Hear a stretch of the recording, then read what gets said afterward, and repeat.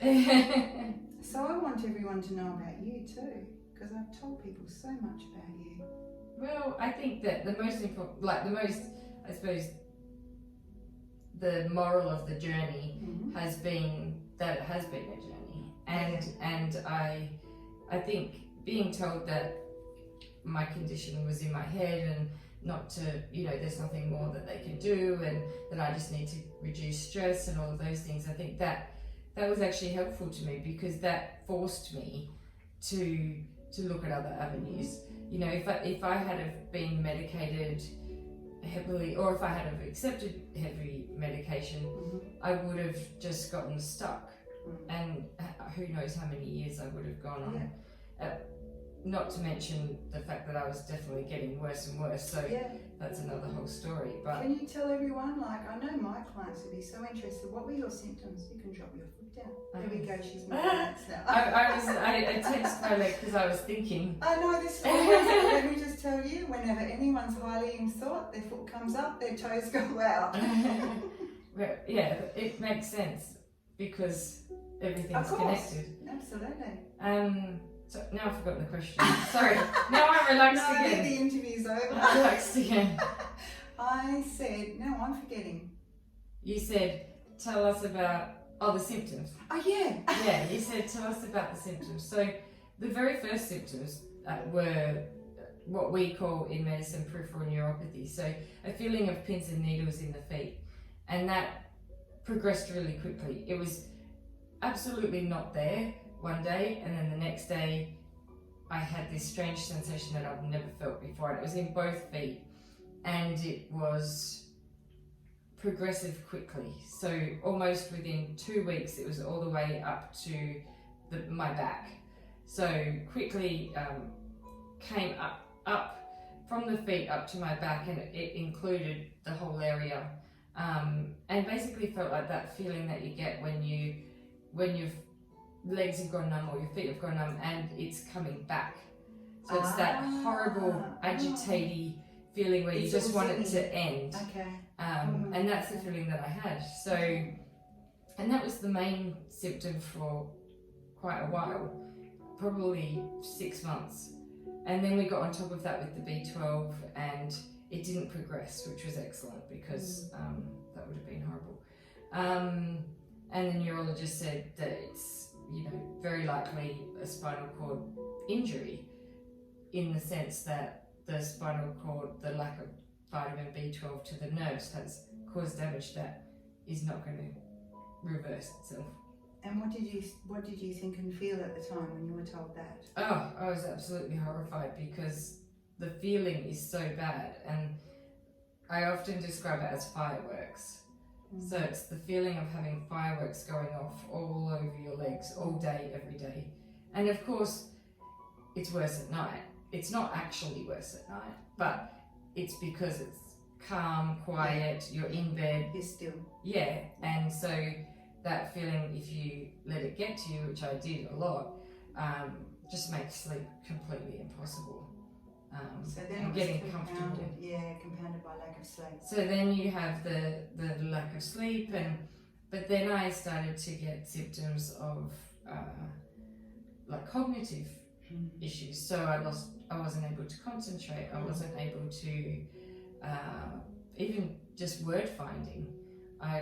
There was words, I could see it in my head, and I would describe to somebody, that thing that looks like this, and it's this colour, and then they would have to tell me what the word was, and that just got worse and worse, to the point where I was confused a lot, and very confused, even just with normal everyday decision making, that I have never been like that before. I've always been a very sort of strong, person that doesn't really worry about making decisions. So, I'm at the supermarket, I know exactly what I want, what I need, and I get out. I can only imagine though that you're a competent doctor, you're used to being able to get on with things, and all of a sudden you can't even think of the word for something, and that had to have knocked your confidence. Oh, absolutely. And that's the next step. It was because I was questioning myself and my decisions. I then lost confidence. Yeah. And I lost confidence in two ways. I lost confidence with my social skills and just not wanting to be around people. I self-isolated a lot. Okay. But I also lost confidence in my career. And I started to question everything because I was very confident as a doctor, but then I was seeing all these other doctors that weren't sort of interested in what was happening with me, and I started to question, is this me or is this them? What is the problem? Am I making this up in my head? Am I, you know, and so that in itself made me lose confidence in general. So you doubted yourself. Yeah, absolutely. And I think that happens a lot in medicine, because we don't really have the autonomy to do things, you know, like reflexology. Yeah. I mean, it almost sounds absurd to say that, you know, that you could go see a GP and get reflexology, but in the actual RACGP, what's it called, curriculum, they actually include those things as treatments that GPs can do, like acupuncture, massage, psychotherapy, certain types of meditations. You know, they actually encourage us to do that. And I certainly haven't come across it. and that's mostly because of the system. You know, at the end of the day, most of these GP practices are businesses, and there's a huge demand for general practice. So, you know, coughs and colds and, you know, heart disease and diabetes and all of these things. So to be able to take time out of your day to do 3 reflexology sessions, there would be lots of other people that miss out as well. Absolutely, yeah. So that definitely contributes to the issue. But I don't think that means that we as doctors need to dismiss those treatments. And that's what happens, unfortunately. And yeah, I think we all need to look outside the box. And that's when I was having all those horrible symptoms that I was lucky enough to meet my integrative GP, who on the first day that she met me and went through the symptoms, almost immediately said, I think you have a heavy metal poisoning. And can I just ask you to tell everyone, if they don't know, what an integrative GP is? Oh yeah, it's a GP. So they've gone through medical school, the same as what I did. They've gone through their hospital training, lots and lots of exams, lots of extra money, and then they've done their GP training as well, which is another 3 or 4 years. And then on top of that, they've gone and done additional studies. So whether that be, there's lots of different courses you can do in integrative medicine. So a lot of them are nutrition based and well, not really nutrition, but nutrient based, and looking at how the cycles work, you know, in the body, how we detox, what the effect of toxins is, but it's very holistic. So that, you know, I spent probably half an hour with this lovely, beautiful GP, and, you know, within that half an hour, she'd brought up toxins, she'd brought up stress, she'd brought up trauma, and she'd given me suggestions for all of those things, which is so different to when I had gone to multiple other doctors and they had basically just told me I need an antidepressant. And an antidepressant may have helped in terms of coping with the symptoms, but it certainly wasn't going to get to the bottom of why I had the symptoms. And I was determined, because I had been so well prior to this. You know, I had been well, and I'd had stress in my life all my life. So, and I didn't get physical symptoms then. So for me, it didn't make sense. And when something doesn't make sense, then it's not correct. And that's from Judge Judy.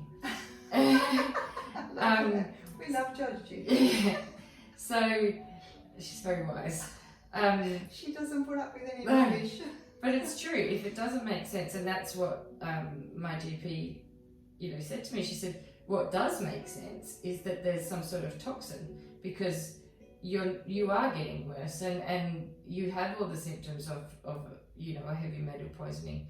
So that was, even just leaving her room, even without an answer, I felt so much better. Yeah, you felt validated. Yeah, Someone's and actually going to look into it. Yeah, that's right.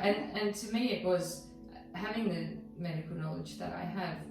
It wasn't ridiculous to want to keep looking, because there are lots of things that can cause this condition. And then that just started the ball rolling, and obviously we got to the outcome that we got to, and certainly improving every day. It's very slow. Like I said to you when I got here, I was very optimistic about a very quick improvement and wanting to get back to how I was 3 years ago. But I've accepted now that I need to take it really slow and let the cells and the nerves and the mind and everything heal slowly and regenerate without putting the pressure back on myself of a heavy workload and other people's trauma and other people's expectations and stress. So so you're currently looking after yourself? Yes, absolutely. I'm doing things like this. And what are we allowed to say about your book at the moment? Yes, are we allowed to know, but we're not allowed, are we allowed to know some of the biggies in the book? That's not fair. No, because most people haven't read it yet, so I don't want to give away the punchline. The punchline, and it really literally is the punchline. I know the punchline, and it's pretty gobsmacking. So you have to get Anita's book to read it. Yeah, and then certainly after the book's been out for a little while, I will put updates and show some of the evidence that I have, and some of the. I've got some very interesting videos and photos. I know you have. I've got some on my phone. which I couldn't wait to show people, because it was that validation again of and that's certainly not me saying that I don't think that my mind had anything to do with it. I certainly think my mind did have something to do with it, but I think that there was something that triggered that, and the thing that triggered that, thankfully and hopefully, it was completely reversible, and should have been out of my body a long time ago. Absolutely, that was. Did you hear that? That's a little bit of a teaser. Should have been out of my body a long time ago. So yeah, I still don't think anybody would guess it. Oh no, they won't guess it. I'm just teasing. But yeah, at the end of the day, it's been an interesting journey. But I think I needed to do it because it helped me to look at the really deep things as well. So like you said, with emotional changes and letting go of maybe expectations of myself, and letting go of that drive, that constant need to be good and learning and just basically now I feel like I've been given the opportunity to be free, to reset and try just, again. Yeah, and just be. Yeah. And that's huge.